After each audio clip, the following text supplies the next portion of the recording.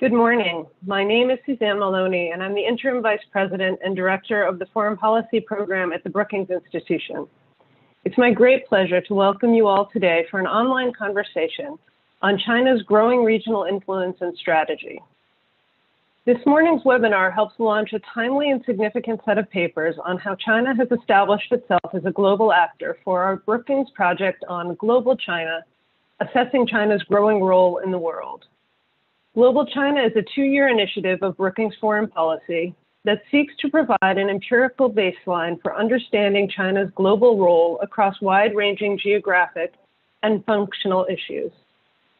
Thank you to my colleagues Ryan Haas, Rush Doshi, and Tarun Chabra for leading this monumental project, which draws upon Brookings' deep bench of China and East Asia experts, but also upon scholars from across Brookings, especially the institution's experts on security, strategy, regional studies, technology, and economic issues. China's presence now can be felt in virtually every corner of the globe, from Europe to South and Central Asia, Latin America, the broader Middle East, and beyond. These recently released papers that we'll be discussing during the panel portion of our program today highlight how China deploys a wide range of methods to advance its interests beyond its borders. At the leading edge of its efforts to gain influence, China relies on economic statecraft to press gains or impose penalties to countries that do not bend to its will. The papers also draw linkages between China's expanding economic presence and its burgeoning military footprint in several regions. There is still an unresolved debate about whether China will be able to turn its ambitions into reality. And so to help our thinking on all these questions, we are delighted to welcome Lisa Curtis to this Brookings webinar. Lisa serves as Deputy Assistant to the President and Senior Director for South and Central Asia at the National Security Council at the White House. Prior to her appointment to the NSC in 2017, she was a Senior Research Fellow at the Heritage Foundation. She also served as a staff member on the Senate Foreign Relations Committee for then Committee Chairman, Senator Richard Lugar. She's held important roles in the South and Central Asia Bureau at the State Department and at the Central Intelligence Agency. She has direct experience on all these issues, having served at U.S. embassies around the globe, most notably in Islamabad and New Delhi. As you can see from her background and current responsibilities, Lisa has played a prominent role in policy development that have direct bearing on the issues that we'll be discussing today. Lisa, thank you for your incredible service to our country and also for taking the time to be with us this morning. Following her keynote address, Lisa and I will have a brief discussion. We will then invite a panel of authors who have examined China's efforts to expand its influence in Asia, Latin America, and Europe. We'll welcome Ted Picone to discuss China and Latin America, Natasha Kassam of the Lowy Institute to discuss Australia, Jung Pak on South Korea, and Tom Wright on Europe, all moderated by D.L. McNeil, who formerly served as the Assistant Director of our China Center here at Brookings. Now, before we move on to the formal session, I need to note that outside of their work for Brookings, our scholars occasionally advise political candidates on the issues in accordance with the institution's nonpartisanship policy. That policy can be found on the Brookings website, and all affiliations are disclosed on individual expert pages on our website. A final reminder that we are on the record and streaming live, so please send us your questions to events@brookings.edu or on Twitter using the hashtag #GlobalChina. Before I hand over the mic to Lisa Curtis, I would like to thank the Ford Foundation for their generous support of this initiative. And with that, I'll pass over to Lisa Curtis for her address. Thank you. Thank you, Suzanne. And I'd also like to thank the Brookings Institute for the opportunity to speak today about China's ambitions and activism in South and Central Asia and how the United States is responding. During the early days of the Trump administration, the president directed his National Security Council staff to evaluate the assumptions that had guided US policy toward China for 3 decades. We quickly found that some of these long-standing assumptions had tied our hands in ways that left American workers, institutions, and values vulnerable to China's malign influence. One of these mistaken assumptions was that engagement inevitably leads to liberalization. This clearly has not panned out as we expected. We must view China as it is, not as we wish it were. The reality is that even as China exports billions of dollars of goods around the world, the Chinese Communist Party also exports censorship and other tools of authoritarianism. Beijing exploits countries' legitimate economic needs to coerce them to line up behind the party's values and policies. In response, the Trump administration has adopted a new approach based on a clear-eyed assessment of Beijing's intentions and actions, a reappraisal of our strategic advantages and shortfalls, and a tolerance for greater bilateral friction with China. This competitive approach has two objectives. First, to improve the resiliency of our institutions, alliances, and partnerships to prevail against the challenges that China presents. And second, to compel Beijing to cease or reduce actions harmful to the United States' vital national interests and those of our allies and partners, including our friends in South and Central Asia. To implement this new approach, we're focused on working with our partners to uphold the principles that we've championed since World War II: freedom of the seas and skies, market-based economics, high standard development, and sovereignty. We're also promoting transparency and a free press, which are vital to health, good governance, and the global economy, as the COVID-19 pandemic has made all too clear. We need to uphold these principles, all of them, because we've seen what happens when they're ignored, and we know from experience that following them leads to greater security and increased prosperity. That's why they're at the heart of the president's new approach toward China. And that's why this approach is succeeding. One success story in South and Central Asia is the increased cooperation between the United States and India to uphold a free and open Indo-Pacific. Few countries in the world are more familiar with Chinese malign influence than India. The two countries fought a war in 1962, and today, China claims 35,000 square miles of India's northeastern state of Arunachal Pradesh.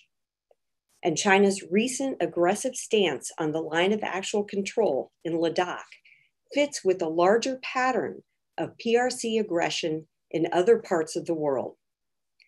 Under President Trump, the United States has strengthened our partnership with India and welcomed its emergence as a leading global power. Since the president's inauguration, our bilateral economic ties have grown to the benefit of both of our countries. We've also expanded our defense and security cooperation to support India's rise as a net security provider in the Indo-Pacific region and beyond. But our partnership with India is about much more than economics and security. It's also about the democratic traditions that have made both of our countries more prosperous and secure. In the United States and India, we value the individual and believe that liberty is a priority, even if it makes political decisions more difficult. We believe in representative government, even though it slows us down sometimes. And we believe that our political and economic freedoms are inseparable. In February, President Trump capped 3 years of hard work strengthening the US-India partnership by traveling to India. He went to the cities of Ahmedabad, Agra, and New Delhi. I had the honor of accompanying him and participating in all of the meetings, and I can confirm that it was a very productive 36 hours for our bilateral relationship. President Trump and Prime Minister Modi announced more than $3 billion in defense sales, including naval helicopters that will enhance maritime domain awareness and promote our interoperability. They agreed to strengthen quadrilateral consultations with Australia and Japan to work together to ensure the integrity of the United Nations and other international organizations, and to cooperate to advance effective and transparent development solutions across the world. Prime Minister Modi expressed interest in the Blue Dot Network, which offers an opportunity to work together to promote sustainable and transparent financing for infrastructure throughout the region. And the two leaders laid the groundwork for the scientific collaboration we're seeing today to develop diagnostics, therapeutics, and vaccines that the world needs to fight COVID-19. Our cooperation to cope with COVID-19 and its aftermath demonstrates just how critical this partnership is to both of our nations' security and long-term prosperity. Maldives is another success story, an example of how engaged voters and civil society can push back against corruption and authoritarianism in favor of transparency and human rights. For 5 years, the administration of former Maldivian President Yamin awarded construction contracts to Chinese companies at inflated prices and without transparent bidding, leaving the Maldivian people with enormous debt. In 2018, though, the people pushed back, with nearly 90% of the country's eligible voters turning out to the polls. President Soli decisively defeated Yamin and ushered in a new era in Maldives history. Today, the United States and Maldives are working together to fight corruption, support economic recovery, combat terrorism, and advance a free and open Indo-Pacific in which all nations, regardless of size, can prosper. With Sri Lanka, our ties are based on shared democratic traditions and a common interest in promoting a free and open Indo-Pacific. The strength of our partnership could be seen following the horrific Easter bombing attacks last year, when we offered our full support to the government in the immediate manhunt of the culprits and the follow-on counterterrorism efforts. In contrast, China tried to obstruct Sri Lanka's investigation and sought to spread disinformation about US counterterrorism assistance. Sri Lanka remains a valued American partner under the leadership of President Rajapaksa. And we believe that advancing justice, accountability, reconciliation, and human rights will support Sri Lanka's long-term prosperity. Bangladesh is another key partner in the Indo-Pacific region. Located at the crossroads of South and Southeast Asia, it has experienced strong economic growth for more than a decade, and it will soon become the second largest economy in South Asia. To expand its influence in Bangladesh, China is investing in infrastructure, selling cheap armaments, and building a base for the 1970s era submarines that it sold to the Bangladesh Navy in 2016. But the Bangladeshi government is carefully balancing its foreign policy, and we've seen significant growth in the US-Bangladesh relationship during the past 3.5 years. We are also deeply grateful for Bangladesh's humanitarian commitment to the nearly 1 million Rohingya refugees that it has taken in. We're committed to Bangladesh's long-term success because US interests in the Indo-Pacific depend on a Bangladesh that is peaceful, secure, prosperous, healthy, and democratic. And we continue to encourage the Bangladeshi government to renew its commitment to democratic values as it prepares to celebrate its 50th anniversary of independence next year. Turning to Nepal and Bhutan, we see more examples of China disregarding the sovereignty of its neighbors.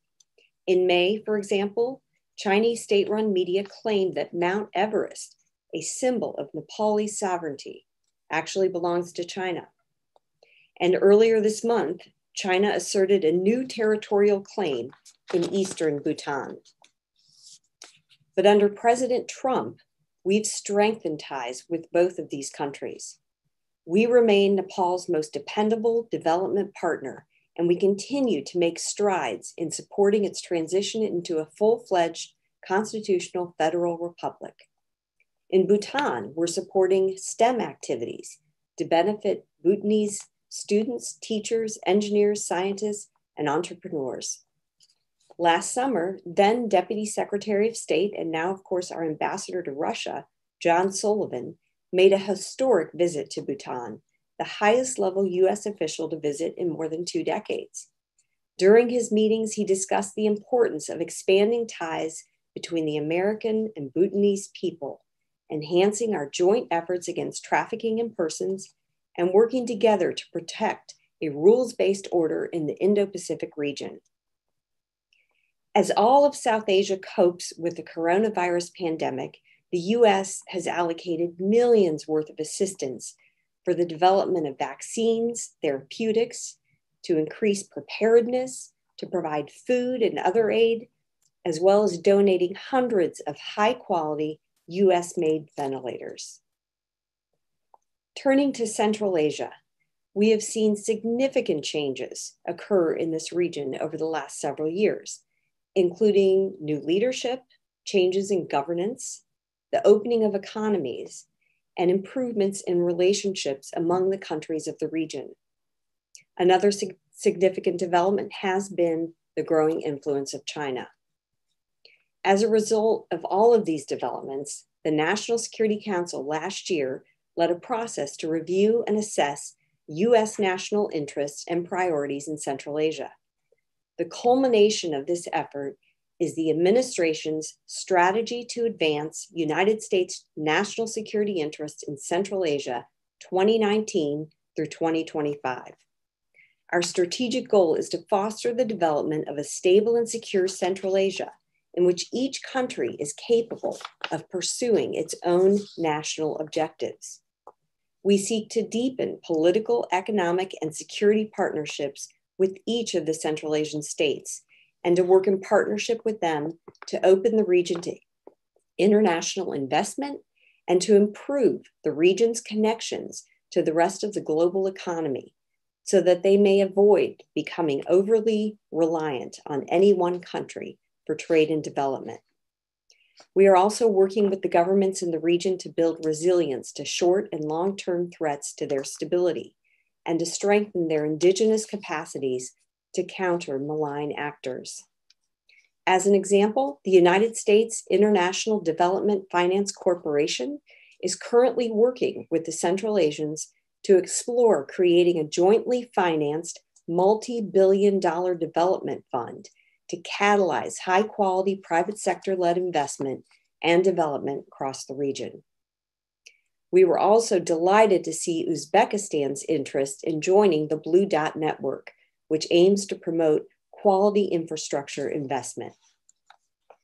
Since the COVID crisis, the United States has provided health assistance to all 5 Central Asian governments, preparing laboratory systems and providing other technical expertise to address preparedness and response.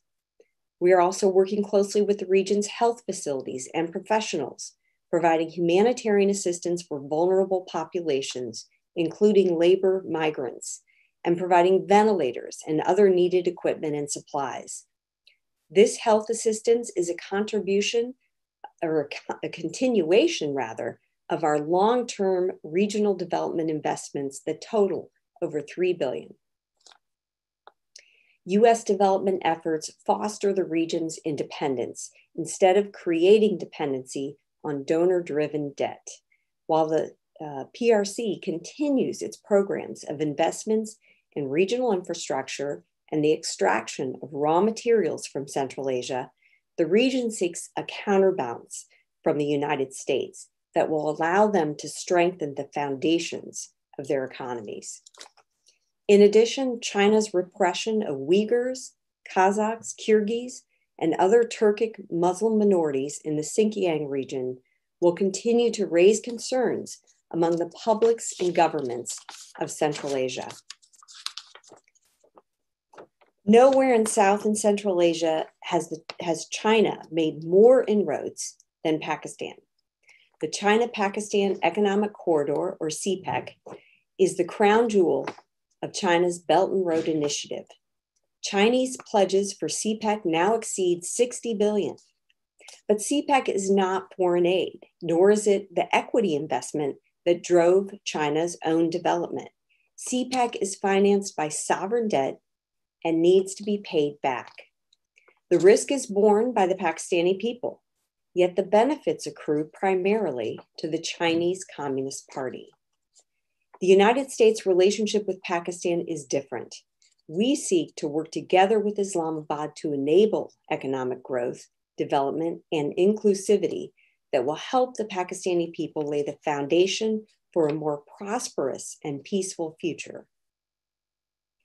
Even as the United States competes with China in South and Central Asia, we welcome cooperation where our interests align. In Afghanistan, for example, China has supported calls for reduction in violence in order to create an environment conducive to intra-Afghan negotiations. The United States has a deep and abiding respect for the Chinese people and enjoys long-standing ties to the country. We do not seek to contain China's development, nor do we wish to engage from China. On this point, the president has been clear. America's vision for the global order excludes no nation. We look forward to working with all countries that share our respect for sovereignty, individual liberty, fair and reciprocal trade, and the rule of law. Thank you again for this opportunity to speak today, and I look forward to taking your questions. Thanks so much, Lisa, for giving us such a comprehensive and wide-ranging view of U.S. policy toward the region and the approach of the Trump administration. And I really want to thank you for agreeing to stay with us and engage in a discussion around some of the issues that you raised today. So I have a few questions, and then in just a few moments, we'll be turning to questions from the audience. So I would encourage all those who've been listening and participating in this discussion to please forward questions using the hashtag #GlobalChina or through the email address that we've provided on screen. Lisa, I wonder if you could put on your hat as one of the foremost analysts of South Asia in Washington. How have you seen China's level of involvement in the region of South Asia change over the course of your time watching these issues? And I wonder also if you can speak to how the approaches of some of the countries in the region have evolved over time. Okay, thank you, Suzanne. Certainly, Chinese influence and activities in South Asia has grown significantly over the last 20 years. I would say, 25 years ago, China did not take India very seriously. And I think they viewed India as more inward looking, lagging on their economic growth indicators. However, fast forward a bit, 15 years ago, China recognized that India's economic growth and military capabilities were starting to take off. And at that time, there was a line of thinking that India and China would together usher in a new Asian century, and that cooperation, not competition, would govern their relations. However, I would say by about 2010 or so, about 10 years ago, it was clear that their long-held border disputes would not be easily resolved, and that each country's rise would be uncomfortable for the other. And certainly, we've seen Chinese influence grow with India's neighbors, namely Nepal and Sri Lanka. China not only wields economic clout in these countries, but also is getting more involved in their internal politics.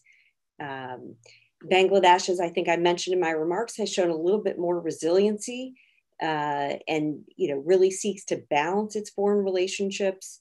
And then, of course, China and Pakistan, they've evolved really from having a very close security partnership to one that's based increasingly on growing Pakistani dependency on China through loans and through CPEC. And with regard to South Asian countries' approaches to China and how those have evolved, I would just look at what's happened over the last few months between India and China with their border dispute. Now, thankfully, we're beginning to see disengagement of their forces after a few very tense weeks. And so, this is a good thing. And, we hope this continues. But I think that the pressure that China put on India, on the LAC, will have a long-term impact on how India views the relationship. It will change the dynamics between the two. And I think that, India demonstrated that it has the will and the capabilities to stand up to China. Of course, it played the economic card by banning the Chinese apps and putting a hold on Chinese investment contracts. And I think, the rest of the Indo-Pacific region is watching this very carefully. But I think they would be encouraged by India's resolve.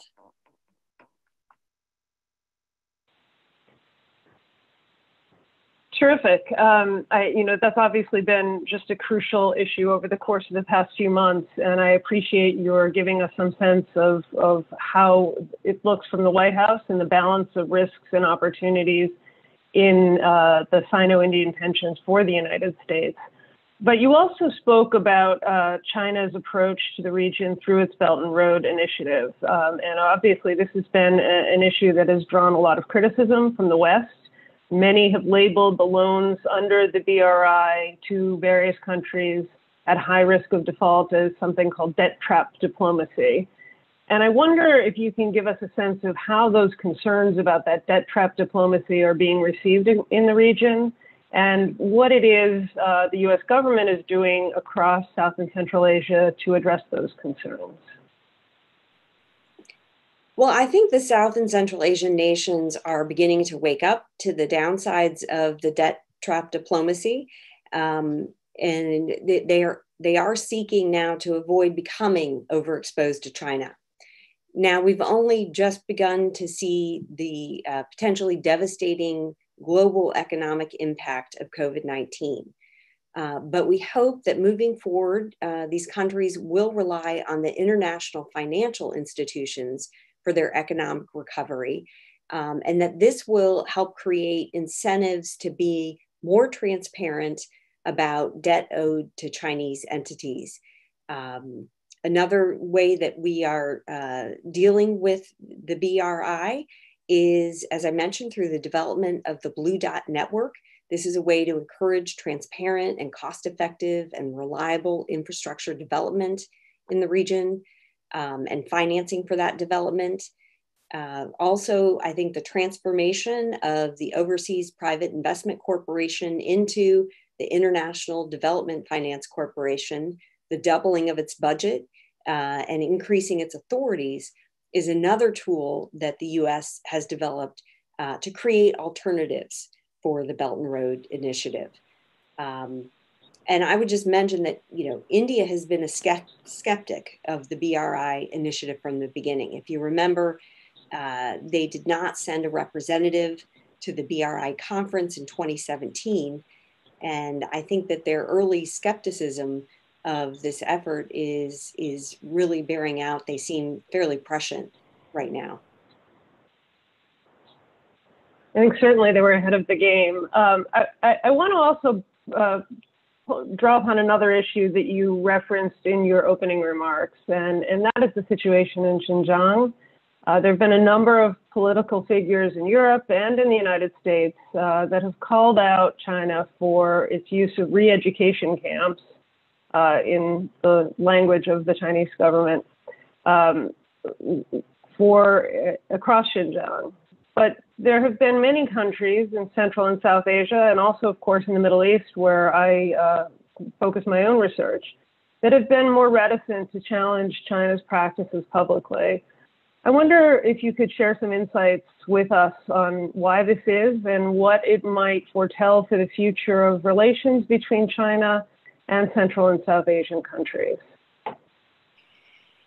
Well, I think with regard to the Central Asian countries, I think they're concerned about China's economic influence in their countries, and therefore they very much hedge their comments about the repression of Muslims in Xinjiang province, even though many of their publics have been very vocal in protesting these actions, especially as they hear about family members or friends who have suffered in these camps.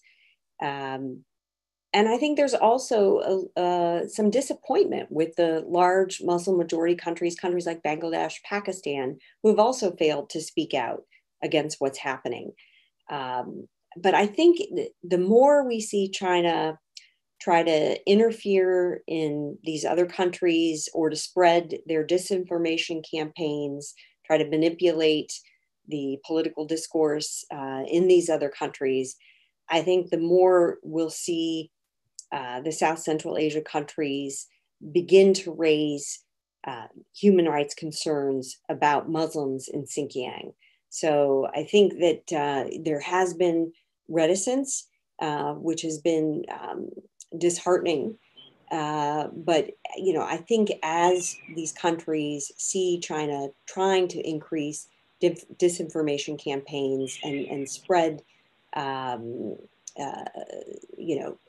things that are not true about what's happening, and if they try to do that in these countries, that you'll start to see pushback from the South Central Asia countries and more speaking out about the treatment of Muslims in Xinjiang. But I agree with you, it is disheartening to see the lack of expression of concern about the horrific things that are happening there.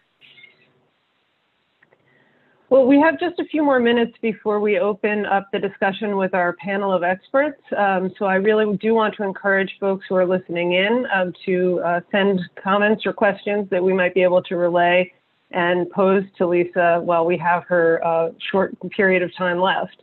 But let me at least flag several that have come in even in advance of our discussion today, which really focused on the broad scope of the U.S.-China relationship and the extent to which we are either now formally in a kind of Cold War situation with China, and how likely it may be that we may find ourselves in something that would look like a hot war situation with China.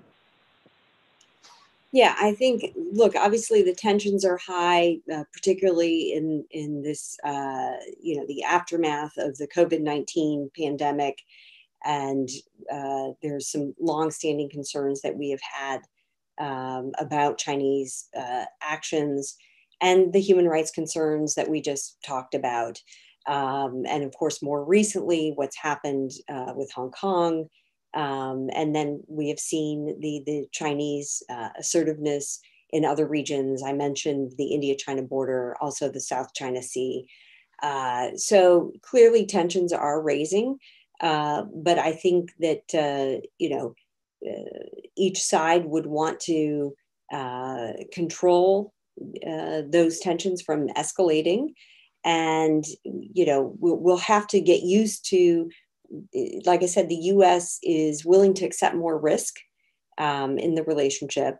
And I think each side will have to get used to sort of these new guidelines that will be directing U.S. policy in the region as we move forward. And of course, my time is focused on South Central Asia. And I think what that means there, of course, is a deepening of the U.S.-India partnership, a recognition of the commitment that both countries have to a free, open, transparent region in the Indo-Pacific. And you will see more of a focus on building up that relationship and also ensuring that the other nations of South and Central Asia can maintain their own sovereignty and they have choices and alternatives to China. Well, thank you, Lisa. This has been an incredible discussion, and we're so grateful for both your sharing generously of your expertise and your time here this morning. We recognize that you have a very full plate of issues waiting your attention, but really are so grateful for your time with us today. With that, I would like to just ask all of our audience to engage in a virtual round of applause for Lisa Curtis, and thanks to her for being with us. And now I will turn the mic to D.L. McNeil, who will be moderating our panel of experts who will be looking at the rise of China and its influence and strategy across a variety of regions around the world. D.L.? Thank you very much, Suzanne, and also thank you to Lisa for such a great set of remarks. Please allow me to welcome you all to the second panel this morning in our Brookings Global China project entitled Assessing China's Growing Influence and Regional Strategy. I am DeWardrick McNeil, and I am the Managing Director at Longview Global LLC. But more importantly, I'm the former Assistant Director for International Programs at the China Center at Brookings. And it's a pleasure to be with you this morning. Before we get started, let me also take the opportunity to promote all of the wonderful papers in the Global China Project series, but particularly focus on this current batch, which examines China's strategies and tools that it's using to try and advance its strategies in various geographic regions. Collectively, we find that these papers set out a scenario where China is really looking to push economic statecraft, which usually involves a diplomatic charm offensive, followed by promises of robust economic engagement and pledges of generous economic support and trade, which eventually turns sour when a country or region does something that threatens Beijing's interests. And gathered this morning to discuss all of this is an excellent panel. Please allow me to introduce them, and we will get right into our discussion. Joining us is Ted Picone, and Ted is the Chief Engagement Officer at the World Justice Project. Ted is also a non-resident senior fellow at Brookings in the Foreign Policy, Security and Strategy program. Welcome to Ted. June Park is a senior fellow at the Foreign Policy program at Brookings in the Center for East Asia Policy Studies, and welcome to June. Natasha Kassam is also with us this morning. She's a research fellow at the Diplomacy and Public Opinion program at the Lowy Institute, joining us from Australia. And last but certainly not least is Tom Wright, the director, the Center on United States and Europe at the Brookings Institution. Tom is also a foreign policy senior fellow in the project on international order and strategy at the Brookings Institution. So welcome to all of our panelists. What I thought we would do is jump right in, starting with Ted in Latin America, work our way across the Atlantic to Tom in Europe, up to June in South Korea, and then finally down to Natasha in Australia. Ted, if I can, let's start with you. Earlier in your paper, you set out what I call a value proposition for China's engagement in Latin America and the Caribbean. And you say that for China, it's about securing energy resources, minerals and metals, food inputs, and finding a way to expand markets for its manufacturing excess capacity. For students of China's engagement in Africa, this is a very familiar value proposition. My question to you, Ted, is this value proposition, given some of the turbulence that the relationship has experienced, still one that is valuable to the LAC countries? And do they see increasing risk given the turbulence with this, or has the COVID-19 crisis forced their hand and made China even more valuable to them? Finally, Ted, what should the U.S. do in response to China's engagement in the LAC region? And will this provide the LAC countries with an opportunity to hedge, or will they be forced to choose? Over to you, Ted. Thanks, DL. There's a lot of questions, so I'll try to take them as a group and say the following. I mean, I think it's been a learning experience for both sides, because China started this relationship really with a pretty much blank slate. If you go back 20 years, there was very little on the table. And China came with a lot to offer about 15, 20 years ago, very high level engagement. And it was part of a global strategy where they wanted to put Latin America as part of a broader strategy of global aspirations. And gee, it wouldn't hurt to be present in the US neighborhood. But also Latin America is rich in resources, as you mentioned. That was very important for China, and China had a lot of excess supply of manufactured goods that it was looking for new markets. So it was very much a win-win relationship as it evolved in that first honeymoon period. But as you say, I mean, and as I looked at it over the time period, it has gotten a lot more complicated. And you're talking about a region, by the way, that's very heterogeneous. So I want to make sure we're clear about not generalizing. Each country is a bit different, but we are seeing some patterns in which there is a concern rising that China is in some cases overplaying its hand, and it's spilling over into politics of certain Latin American countries. But at the end of the day, the economic realities of Latin America are very difficult and getting much worse in light of COVID-19. The regional economic experts are saying a 10% drop in GDP this year. COVID-19 is raging through the region. It is now the #1 global hotspot for the pandemic. And we're going to see this, millions more people dropping into poverty.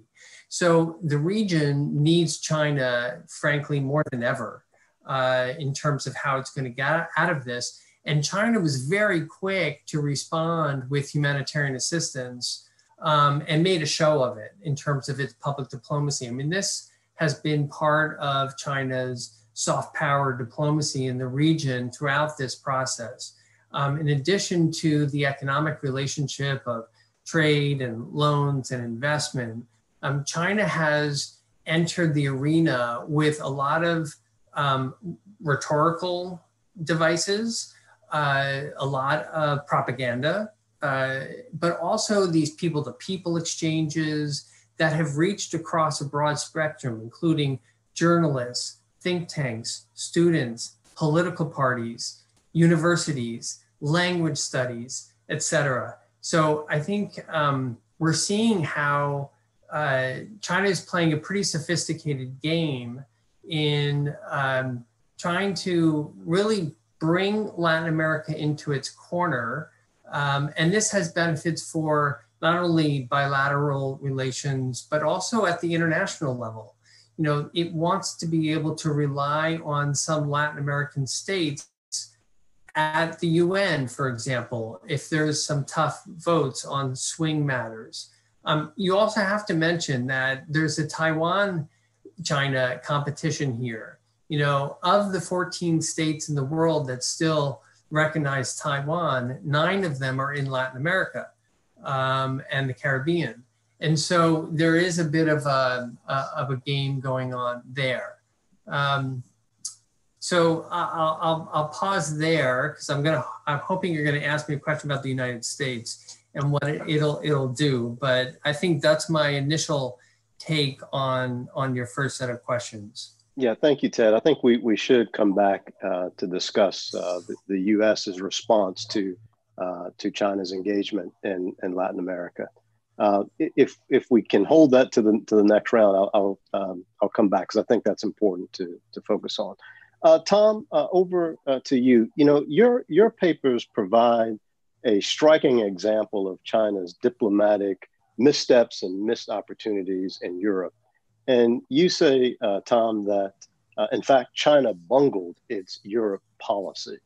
There was a time that you say Europeans welcomed China's increased engagement, both regionally and globally, thinking that China was on its way to becoming a responsible stakeholder. But that narrative no longer exists, or at least not as strong as it did at one time. So my question to you, Tom, is what happened in Europe, and what is Europe prepared to do and able to do? And that's the key question, to push back on China's increasing assertiveness? And do you think that Europe is prepared to cooperate or coordinate more with the US, or is that dependent on who is elected president in November? Over to you, Tom. Great, thanks. Great questions. And it's a great pleasure to see everyone and to be here.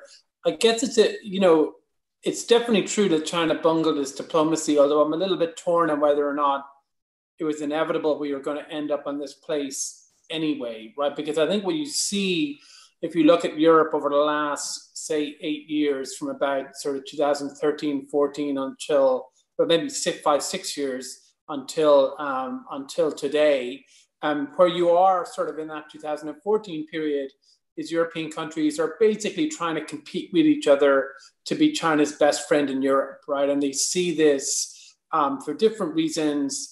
They see this sort of great economic opportunity and the chance to have investment and increased trade.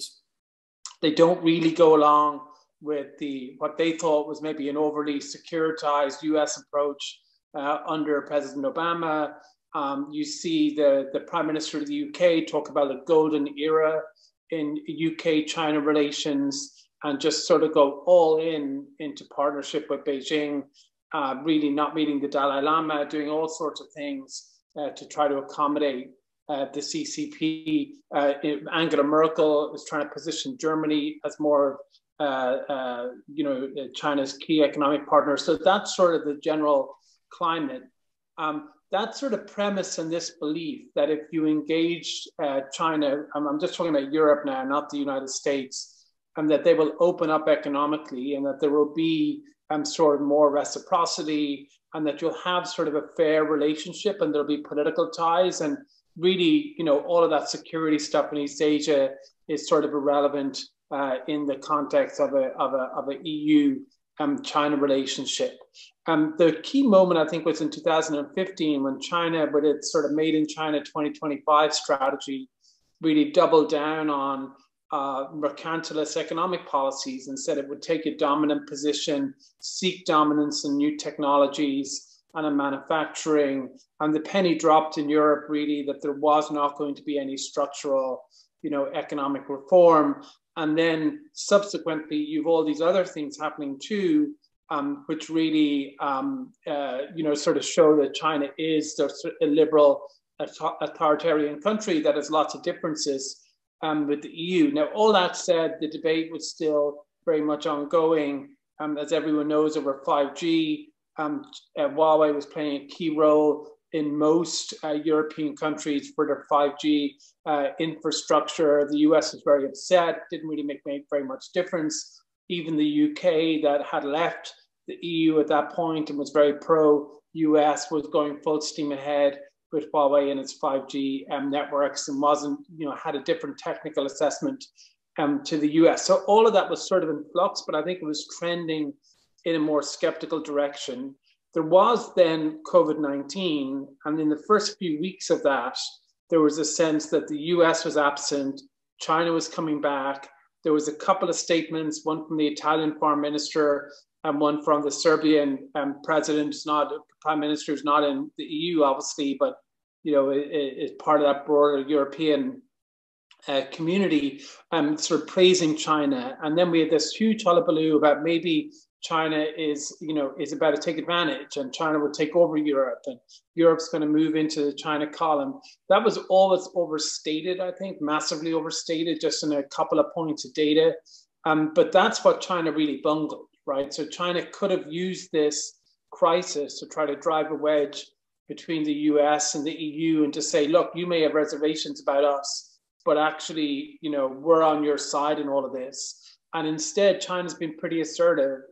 It's had very aggressive disinformation campaigns. It hasn't really played ball with the EU on vaccine diplomacy. Neither is the US, of course, but the EU, but China has not either. And there's been all sorts of different instances with very aggressive ambassadors, problems over PPE equipment.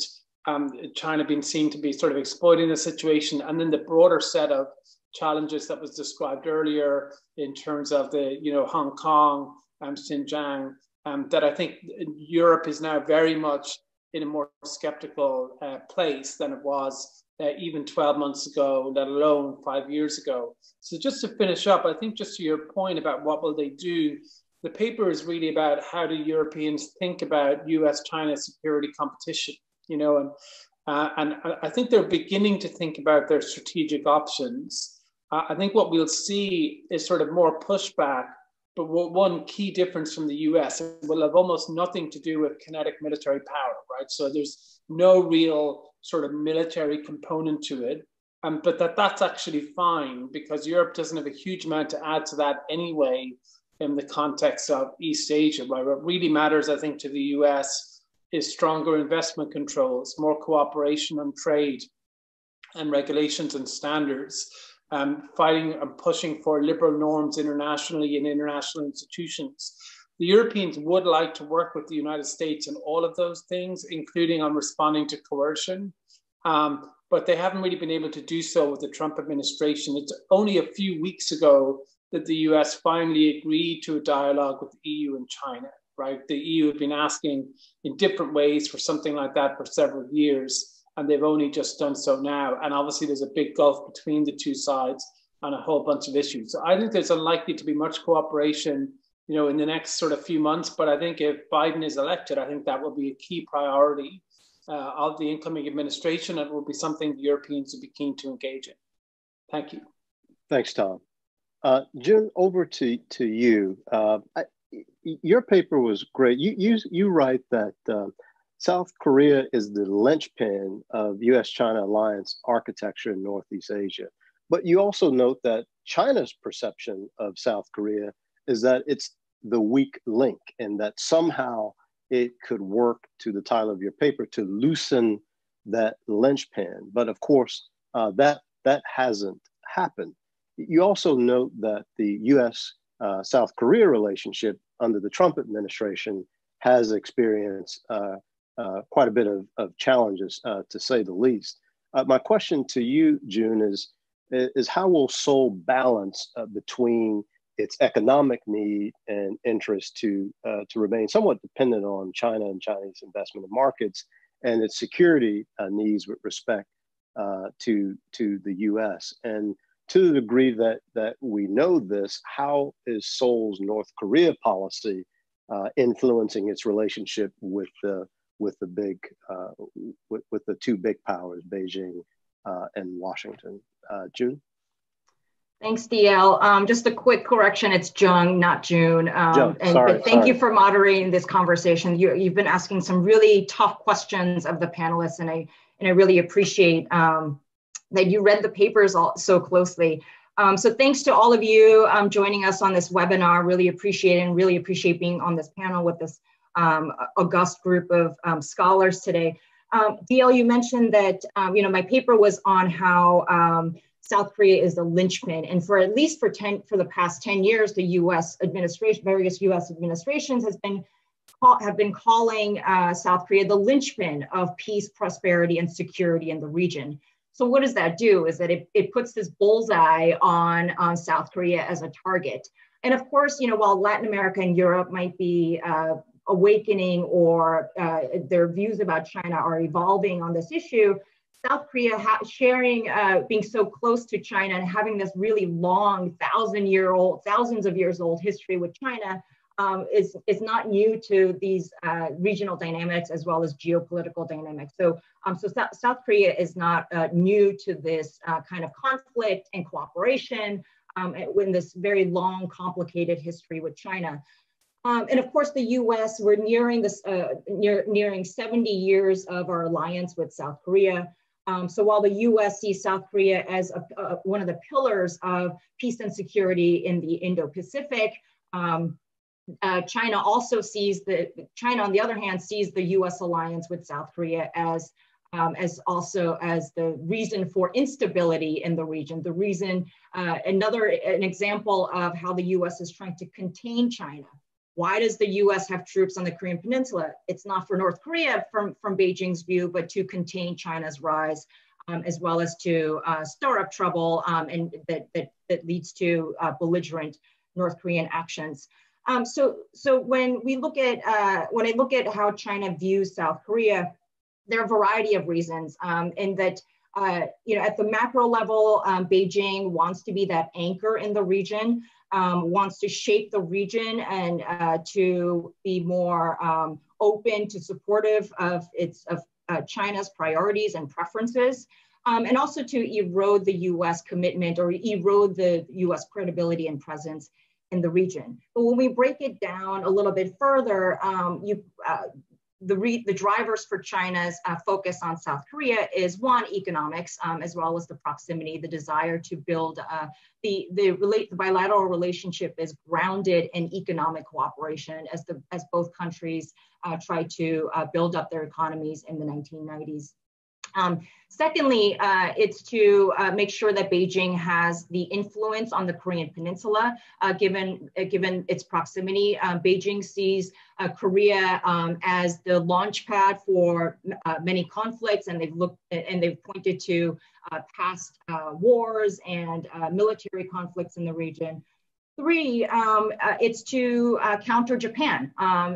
Beijing sees Japan as the stronger, relatively speaking, of the partner in the U.S. alliance network in East Asia, and Japan has been much more willing to sign on to the U.S. Indo-Pacific and to voice more criticism of Beijing on various issues.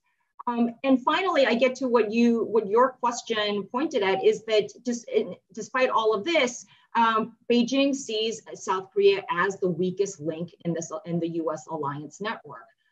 In that the Chinese leaders perceive South Korea as being more deferential, relatively weaker in terms of the U.S. alliance system, and that South Korea has, for lack of a better word, caved to China's demands when they've asked for it. So I think the way that South Korea has been trying to counter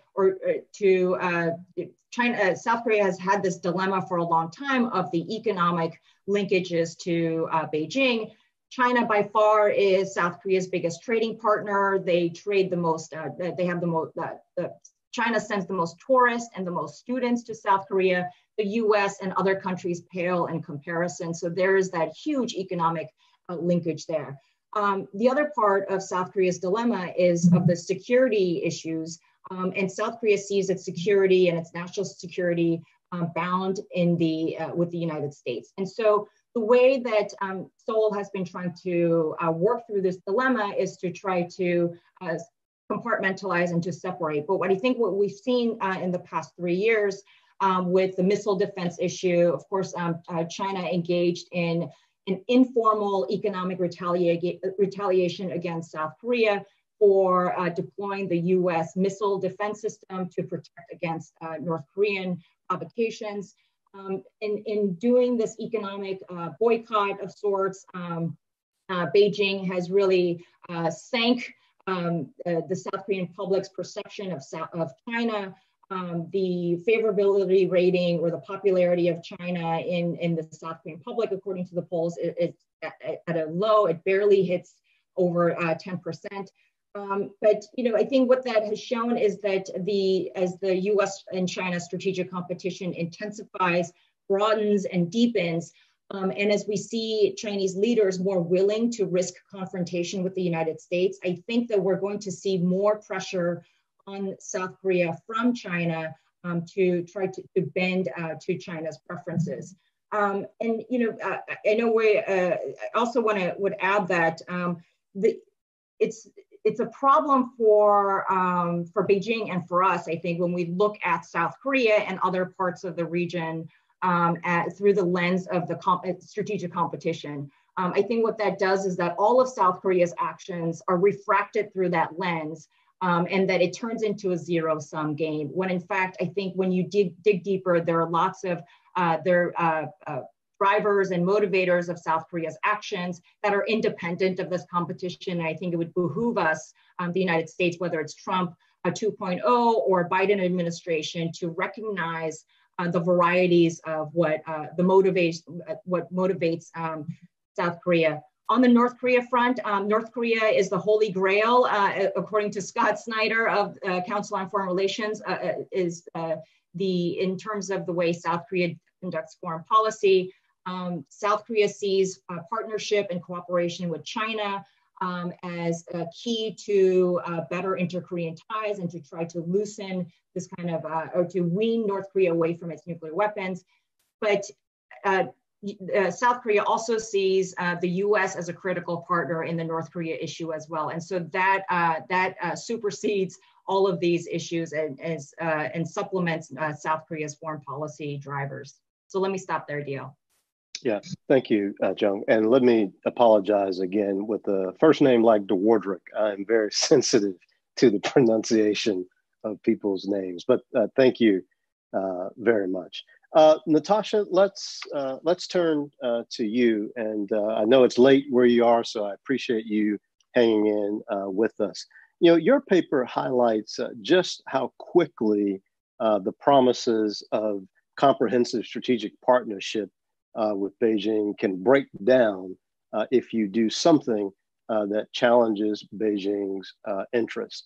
But your paper also reflects that Australia at one point thought that deepening its economic dependence and integration with China would shield it from the sort of economic coercion that other countries have experienced. And of course, that has not borne itself out. In fact, as we know, China and Australia have been in a very nasty sort of a back and forth. And in fact, the Australians, quite to the surprise of Beijing, has not backed down as Beijing has continued to pressure Australia.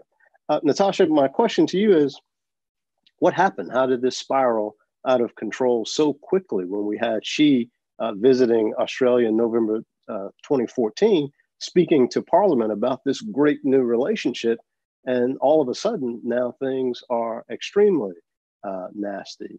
What happened? And the other question I have for you is what does this mean for other countries in the region, particularly Oceania and the South Pacific islands, which, as you know, has become increasingly strategically important in the US-China competition? Natasha. Thank you so much for the question, DL, and thank you to Brookings for hosting me this morning, where most of you are. It's really a pleasure to be on this panel, and I've already learnt a lot from the other panelists, so thank you for that. Yeah, what happened is the question I try to answer in this paper. As you say, only 6 years ago, Australia and China were hosting state visits and speaking about each other with the greatest of platitudes. And now it feels like internationally, there's a new news story every day about the decline of Australia-China relations. So a lot of things happened, but I think to characterize this, we would say that as China became increasingly assertive, as has been described by others on the panel tonight, rather than comply and back down, Australia also became increasingly assertive. And these two trajectories have really come into sharp focus. It is important to point out that despite this very rapid decline in the bilateral relationship, which I would say started in around 2017, the economic relationship on which the Australia-China relationship was founded continues to grow and continues to be very strong. So over that period, we've actually seen 20 to 30% year-on-year growth of two-way trade, which is hard to imagine.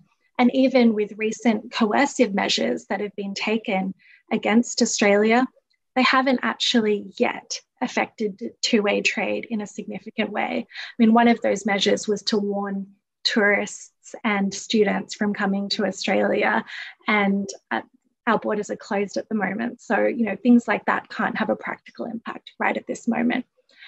But what did happen is that China started to show its hand a little bit. And where this relationship was built on economic prosperity and these very close ties, it started to stray very much into the security space. Australia made a number of decisions, including excluding Huawei from its 5G network. It did that before most countries in the world, including the United States. It legislated against foreign interference. It started to speak out a little more vocally on a number of different issues. And I think that this was quite surprising for Beijing because until then, Australia had been almost an outlier in terms of sentiment towards China, whereas many Western liberal democracies had been souring on China in public perceptions and perhaps at the political level for maybe close to a decade. That hadn't happened in Australia. And I think there's quite a few reasons for that. Australia has a much closer economic relationship than most countries. 30 to 40% of our trade goes to China. It's much higher than comparable economies. But also, the relationship was quite a different one in that there's very little competition in the Australia-China economic relationship. So whereas, for example, Europe or the United States are competing, are having intellectual property stolen, are struggling with joint ventures, Australia has very few boots on the ground in China in terms of businesses. We sell them things. We don't have to deal with the same kind of issues that other countries have been. And so I think in Australia, they thought they could ride that for a very long time and not run into difficulties. But as China started to encroach more on issues that Canberra saw as sovereignty, they started to react more strongly. And it's been really interesting to see the way the Australian government in the last 2 years has very much gone from walking on eggshells about what China would consider to be sensitive issues to, I think you could argue, shouting from the rooftops. Thank you for that assessment. I think we would like to do, if we can, just a quick lightning round before we open this up to audience questions. Ted, I want to come back to you because I think you raise an interesting point in your opening. One, that Latin America and the Caribbean is quite a diverse group of countries. So things will not necessarily be one with respect to China. So I do want to draw you out a little bit on that and ask, who are the natural sort of constituencies in Latin America for greater Chinese engagement? Is it the Latin American elites and business community versus the Latin American citizens who may be less well off? And then, of course, Ted, certainly what should the U.S. do about China's increasing engagement in Latin America? And do you see room for lack to hedge against China in the U.S.? Ted, for a quick round. Sure. In Latin America, it's pretty heterogeneous in terms of where it fits even among elites in different countries. So in a country like Chile, for example, it's pretty a unified position because everyone's benefiting from robust trade between Chile and China. And so it's a right-left, pretty unified position. Whereas in Brazil, there are strong industrial and manufacturing sectors in Brazil that are very unhappy with the flood of cheap Chinese imports into China because the Chinese are not opening their markets to Brazilian goods going into China. So it's very unfair. And there has been a turn under President Bolsonaro toward the United States, which is unusual actually, and very much against China, but that is even within the cabinet contentious issue and a more nuanced. And I recommend people to read Harold Chincunis's paper in this series that dives deeper into the Brazil-China relationship because it's actually quite complex. In terms of the US situation, I think we've seen over the years since the end of the Cold War, the US take a fairly balanced approach toward Latin America, trying to get out of the past patterns of interventionism and hegemony. But Trump has really taken us back to this old style, even Monroe Doctrine approach, very kind of harsh sanctions and a lot of attacks on socialism. And a lot of this is about winning votes in Florida, frankly. And China, I think, will come into that debate in that context. China has not emerged as a major sticking point. And I don't think in terms of US Latin American politics. And I don't think it will be a big issue for Biden's campaign either, because there's enough at stake in U.S.-Latin American relations on its own right, that bringing China into the conversation doesn't really make a huge difference. U.S. has enough concerns about collapsing economies, migration pressures, what's happening in Venezuela, the COVID-19, that we have our own interests in trying to be more balanced and I think more generous in our approach to Latin America, understanding that Latin America is not going to abandon or walk away from China. It needs China, and we should not go head to head against China and force them into a, us or them kind of approach. I don't think that is going to work. We're going to have to find a way of doing both and allowing the Latins to have beneficial relations with China, while at the same time being a much more generous partner across the board and with our Latin American neighbors. And I think that would be a more winning formula. Thank you, Ted. Tom, let's stick with this theme. I think it's important for us to note as well that Europe is a collection of member states, the EU at least 27. And as far as China is concerned, they have always focused on Germany and Angela Merkel as sort of their engagement rock. But what will China do when Ms. Merkel is gone? Where are they looking to sort of focus their push to continue to engage Europe? Tom? Yeah, well, it's partly to do with Merkel, but it's mainly because Germany, has sort of a very important economic relationship, particularly in the auto side and its auto industry, with China. So I think you'll see that dynamic there. I don't think Merkel is sort of pro, China or sort of blind to what's happening. I think she does believe, though, that she's very worried about a Cold War between the United States and China. She's zero sympathy or support for the Trump administration's approach and has a particular view of the president because he dislikes her so viscerally.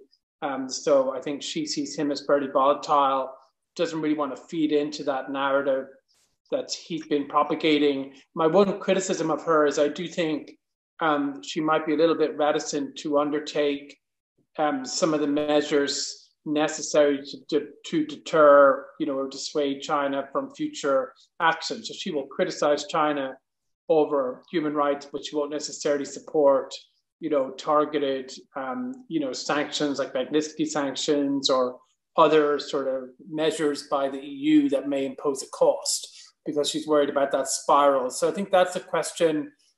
She may step down sometime late next year. It's unclear, I think, where it goes from there. I think that's one big question mark. I do think that China will try to continue to engage countries bilaterally and will not want to see a unified EU position. But that's where this is headed, because I think the EU member states know from bitter experience that if they stand on their own, that they're vulnerable to coercion or to bullying by Beijing over a wide range of economic and political issues. And it's not just on the trade side, it's also on freedom of speech, whether your citizens or companies or organizations have the right to speak out about what is happening maybe in Xinjiang without fear of economic reprisal against the country as a whole. I did want to pick up one point sort of Ted made, because I think I have a slightly different sort of view, not too different, but it might be just worth raising on this sort of don't make us choose point, which I think you hear a lot. And you hear that in Europe as well, and also in Asia.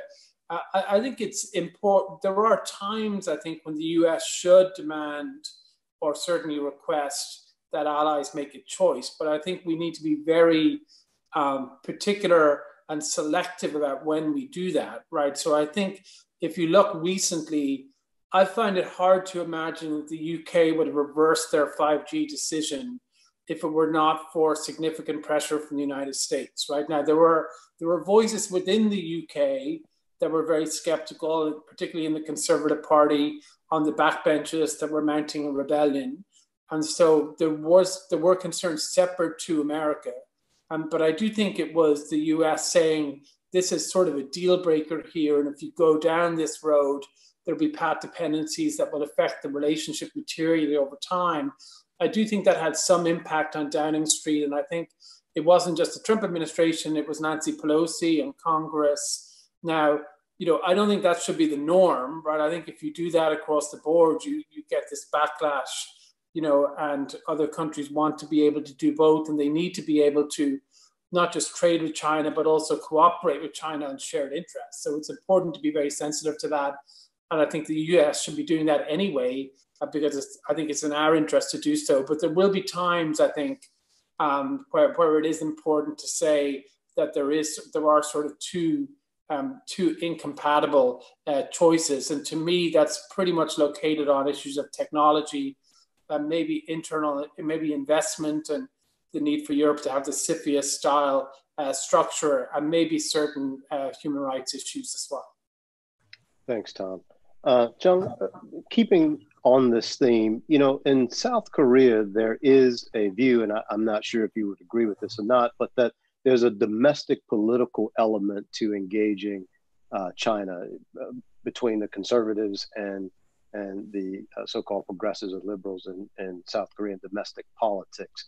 And I wonder if this still holds true, or if we have a situation now where tactically how South Korea approaches its relationship with China may vary, but the long-term strategic approach is fairly set.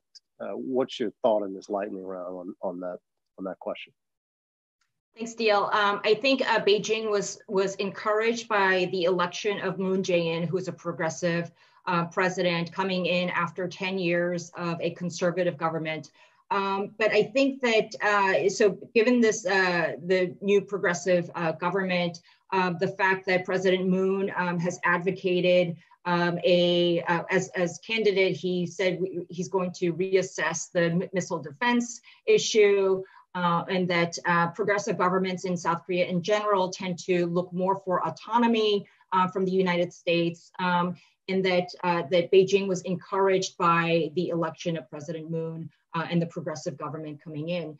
But I think that when we look at whether Beijing has succeeded in coercing in taking advantage of what they thought was an advantage with the progressive administration in South Korea, is that, well, I think in general it's too soon to tell, but I think it's also that that Beijing didn't exactly get what it wanted. The missile defense system is still in South Korea. President Moon, despite the ire of Beijing, vowed to commit to study, to find the convergences between the U.S. Indo-Pacific strategy and the Moon administration's own new Southern policy, and to see where those two policies can intersect. Of course, Beijing is not happy about that.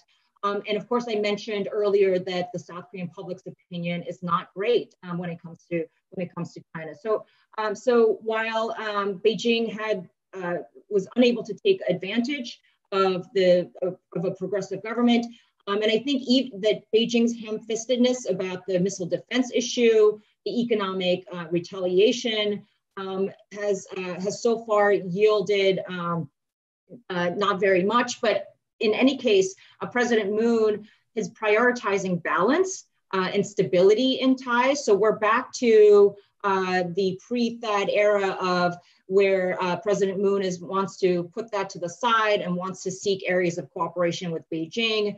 Of course, the economic dependence and reliance on Beijing is a key factor, but Moon is also trying to tread very carefully with the United States as well. So what we have now is this uneasy stability. And I think that the Trump administration has not been able to stay true to its own rhetoric about South Korea being a linchpin of economic security, security, and prosperity in the region. So I think that in the likely event that there's another progressive government in South Korea after the election in 2022, that we're still going to have the deal with the frayed alliance network there, as well as some really, whether conservative and progressive, really a discomfort with the trajectory of the U.S. commitment in South Korea. Thank you for the wrap up of this round, and we'll turn to some questions from the audience. But Natasha, I would like to get your take on this theme of China and engaging China in domestic politics. Australia is really ripe with examples of the Chinese allegedly reaching right into Australian domestic politics and trying to sway or influence votes and policies. Has this been something that has really changed the Australians' public opinion about China, its direct engagement in domestic politics? And how does that break down in terms of the constituencies? Who has China largely targeted as someone that they thought was friendly to Beijing's interests? Yeah, you're absolutely right. This has been such a significant issue in Australia, where we've had politicians that have been forced to resign from our Senate, for example, after allegations that they had been receiving donations or even warning Chinese business people that they might be under surveillance by the Australian government. All of this started in around 2017 to come to light, and public opinion has really dramatically shifted in that time. In the annual Lowy Institute poll, which I direct and has been running for 16 years, we've seen trust in China halve in the last 2 years. So it's gone from 50% of the country trusting China to only 23%. We can see confidence in Xi Jinping has also halved in that period. Less than a quarter of Australians express confidence in President Xi. And to see trends shift in this way that dramatically in such a short time, it really is very unusual. And I think it's made even more unusual by the fact that, as I mentioned earlier, in many ways, Australia was an outlier in terms of views of China, and public sentiment was no different. Australians remained very positive towards China when many like-minded countries had already started to shift in the direction that we are now. So that's been really significant. Foreign interference has clearly been a big part of that. But actually, the relationship between Australia and China today is now, it's a front page news story every day in the way that it wasn't even just a year ago when we had a federal election. And now even possibly innocuous issues or political issues that have nothing to do with China are often cast in this frame of being about China. Sometimes for clickbait reasons, it's really unclear sometimes why that's the case, but it really is a sign of just how much things have changed. It's not a specific side of politics that are being accused of having been influenced by China. This is to some extent a bipartisan issue, but Australia has in the recent period moved to, for example, outlaw foreign donations to our political parties, which didn't used to be the case here, unlike in the United States. We have new registers similar to FARA, for registering foreign agents and foreign influence. A lot of those measures, I think, are taking us in a direction where there's a little more trust being built up now. Thank you. Let's try and get in the time remaining to some of the audience questions. And again, I want to thank the panel for such a great insight. I have a question here that came in that I think is something that's on everyone's mind given the topic of discussion today.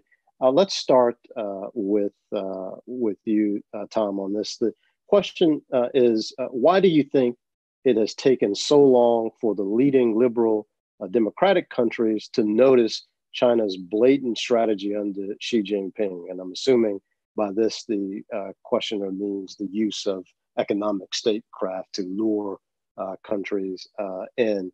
And their question is, do you think that the recent acknowledgement of this strategy will change how countries engage China? We've been talking a little bit about that, but what took so long, Tom? Well, I'm not sure it did take that long. I mean, I would like to have seen it sooner, and I've been writing about that for some time, but I think it's been a fairly rapid change actually over the last 4 years. And I think it's correlated to Xi Jinping's behavior, right? So the more assertive he's been, the more starting in the economic sphere, but then expanding into other areas, the more the rest of the world has changed. And just in Europe, the change has been fairly dramatic. I think in the US, the change has been pretty dramatic. I think there are different ways of interpreting that. You know, I don't think the administration is going about it particularly well in terms of how they're responding, because I think they need to work with allies, but there are lots of different approaches which are also more competitive toward China than maybe would have been the case, you know, 7 or 8 years ago. So I think I do see the changes as fairly timely. Just one other point. I mean, I think it's hard for me to imagine a massive change in the other direction, right? That somehow countries are going to say, actually, we're perfectly willing to go back to more cooperative engagement, because this fundamentally is not about Trump, right? It's really about Xi Jinping. And there's nothing we know about him that suggests he will be willing to take a much more liberal turn, right? To reduce repression at home, to engage in structural economic reform, not to be overbearing with other countries. It sort of seems baked into the cake. So I think the question is not, to me, how fast can we move, but how can we sort of look ahead and be sure we're being prudent and smart about the changes that we make, so we don't sort of, you know, go too far sort of in a zigzaggy direction, but actually have a smart strategy that's sustainable over time. Any other panelists have any thoughts before we move on to another question on this particular question of what took so long? Okay, there's a question. Yeah, if I could, sorry, go ahead, Zach. Yeah, if I could jump in. I mean, I think in a nutshell, money talks. So that initially was the huge carrot in the early years, and that carries on for a long time. But now with Xi Jinping, I agree entirely with Tom that has been the big wake-up call and the behavior change. But I've also been tracking their change in behavior at the international level, including at the UN and at human rights organizations. And you can start seeing how China has stepped out and begun asserting a different model of human rights principles and law that really undermine the basic consensus of what it means to have universal human rights law and how the system should express itself when there are major violations of human rights norms. Of course, it's defending its own model and its own system. And when you have a system that is so fundamentally different from the rest of at least the liberal West, I think that's a huge wake-up call that people are finally getting the message. And there'll be another paper in this series in the fall that goes into even further detail about that. Thank you. We have a couple of questions along the lines of who China is looking to either pressure or influence in the Indo-Pacific. And I would turn to Jung and to Natasha. This particular question asks about China's efforts to influence or pressure Taiwan, and what are countries in the region prepared to do to either assist or to isolate Taiwan's diplomatic space. I think this is an important question, particularly, Natasha, for what is happening in the South Pacific, which, like Ted's Latin America region, is the other place where Taiwan has the bulk of its remaining diplomatic allies. Natasha? Yeah, you're absolutely right. Just last year, we've had two South Pacific countries switch their diplomatic recognition from Taiwan to Beijing. And, Beijing has put many other countries under pressure, offering loans, offering all sorts of things that we've seen that Ted's also talked about. Now, what can be done about this is a really good question and a difficult one. I think partly because of Taiwan's model response to COVID-19, it has earned a lot more international recognition over the last few months than it had in the past. We saw before the World Health Assembly even though Taiwan was eventually not able to be admitted as an observer, and it hasn't been able to since 2016. Many more countries spoke in favor of Taiwan's participation than they had in the past. And there were countries speaking up on behalf of Taiwan that never had. Taiwan and China have also been competing somewhat in the mass diplomacy, is I think what we're calling it. And so China is putting more countries under more pressure on their Taiwan policy, but at the same time, Taiwan is earning more recognition, and therefore there's a little more pushback along with all of the other kind of increasingly assertive behavior that we've been talking about. What that means, I think, is that there are particular countries that are more vulnerable. I don't think they are in the South Pacific right now. I think they're more likely to be in Africa or in Latin America for a range of reasons in terms of that formal recognition of Taiwan.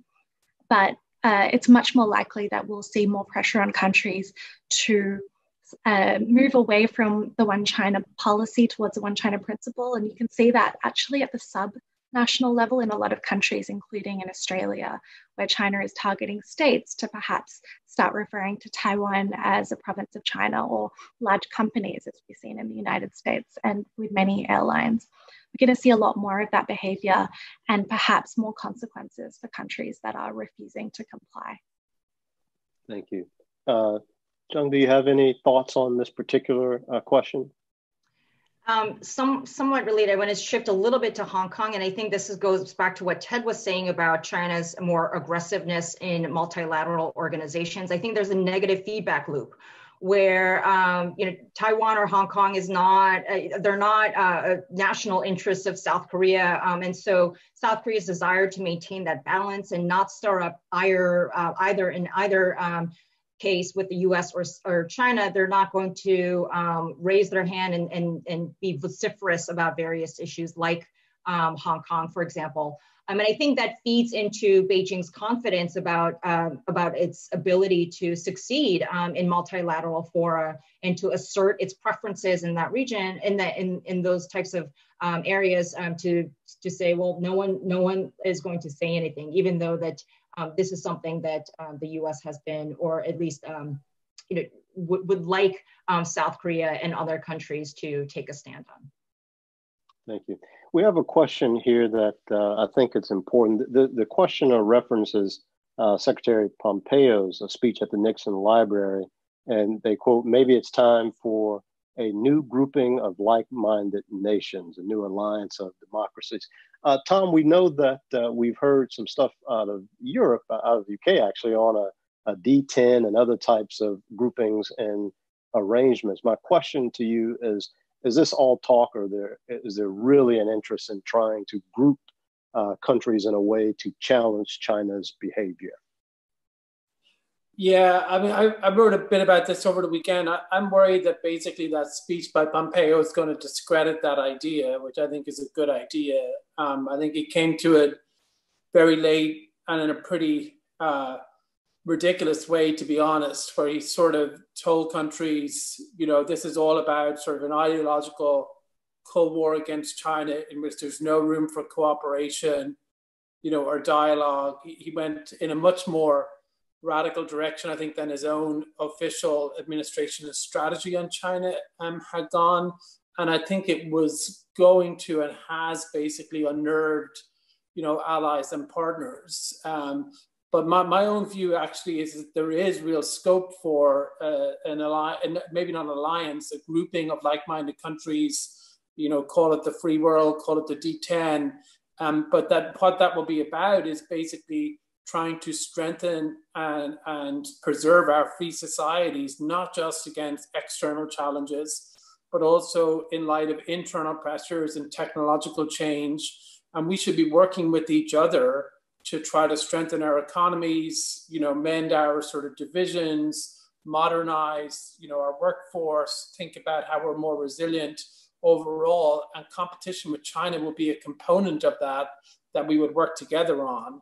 And I think that way of doing it, I think, is somewhat attractive to other countries. But I think the way the Secretary of State outlined it, certainly at this point in the administration, with as little detail as he did and with his rhetoric that he did, I think it was very damaging.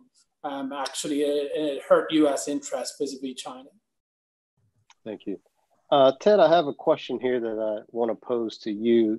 The question basically talks about the U.S. and China adjusting to each other's actions with countermeasures or alternative strategies and approaches.